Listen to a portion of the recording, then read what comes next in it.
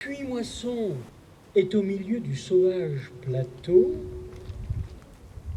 à l'endroit juste où le vent qui a sauté les Alpes retombe à pieds joints. De 2010 à 2015, j'ai écrit des souvenirs poétiques des pays où nous sommes passés. Avoir 20 ans, ça se fête. Pas le jour d'être grognon. En kimono, midinette, sortent comme champignons. L'enfant de la vague de l'immigration raconte l'histoire d'un gamin qui ne sait ni lire ni écrire puisqu'il n'a jamais été à l'école. Ce sont les jours suivants que les enseignants se donnent le mot et m'engagent à tour de rôle pour la corvée de l'eau aux multiples bienfaits. Je suis devenu, ce jour-là, enfin quelqu'un. L'incontournable porteur d'eau de l'école. Ça parle en gros d'adolescents qui entrent en révolte. C'est pour ça que j'ai choisi les personnages, que j'ai choisi des adolescents. Parce que c'est à cet âge-là qu'on développe le sentiment de révolte. Avec le cercle, on poursuivait notre œuvre, se moquant du danger, défiant les règles et l'autorité, s'épanouissant à travers notre cause. Ça se déroule au début du roman sur Marseille, mais ça va, au bout d'une cinquantaine de pages, très vite arriver sur le plateau de Valençol et à Puimoisson. Nous avions convenu avec Edmond que l'alcool n'entrerait pas chez lui. Assez de problèmes avec ses précédents locataires.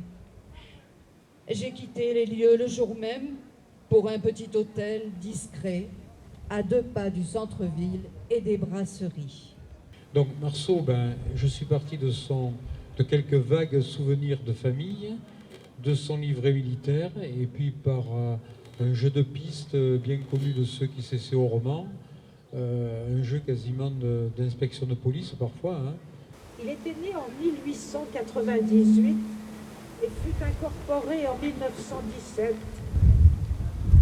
Il me raconta une seule fois, comment, chargé de porter à cheval et dans la nuit un pli assez supérieur sous le feu de l'ennemi, il pleura tout au long de son trajet.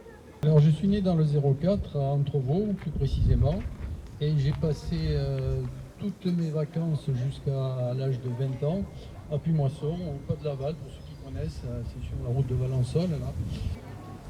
Cela faisait 30 ans, jour pour jour, que j'avais quitté le pays. C'était le 23 juillet 1957. Ce jour-là, le père m'avait ajusté avec le Lebel que son propre père lui avait confié devant témoins le jour où il avait fini par admettre qu'il ne pourrait plus jamais s'en servir. Ça correspond à une histoire qui commence à la fin de la guerre de 14, en 1918, donc au moment de l'armistice, et qui se poursuit sur près d'un siècle, puisque le personnage central du livre a vécu pratiquement 100 ans. J'étais debout, chancelante entre mon lit et la porte de la salle de bain. Une main tendue en avant en direction de la poignée. Une forte vibration a envahi mon crâne. Insupportable. L'Auguste Armand, dont la maison avec la charpente à jour et le toit sans tuiles est au milieu du nouveau village, en fouissant la terre pour planter un micocoulier à l'angle de son hangar, vient de trouver une source. Ce qui vous donne autorité, Maria,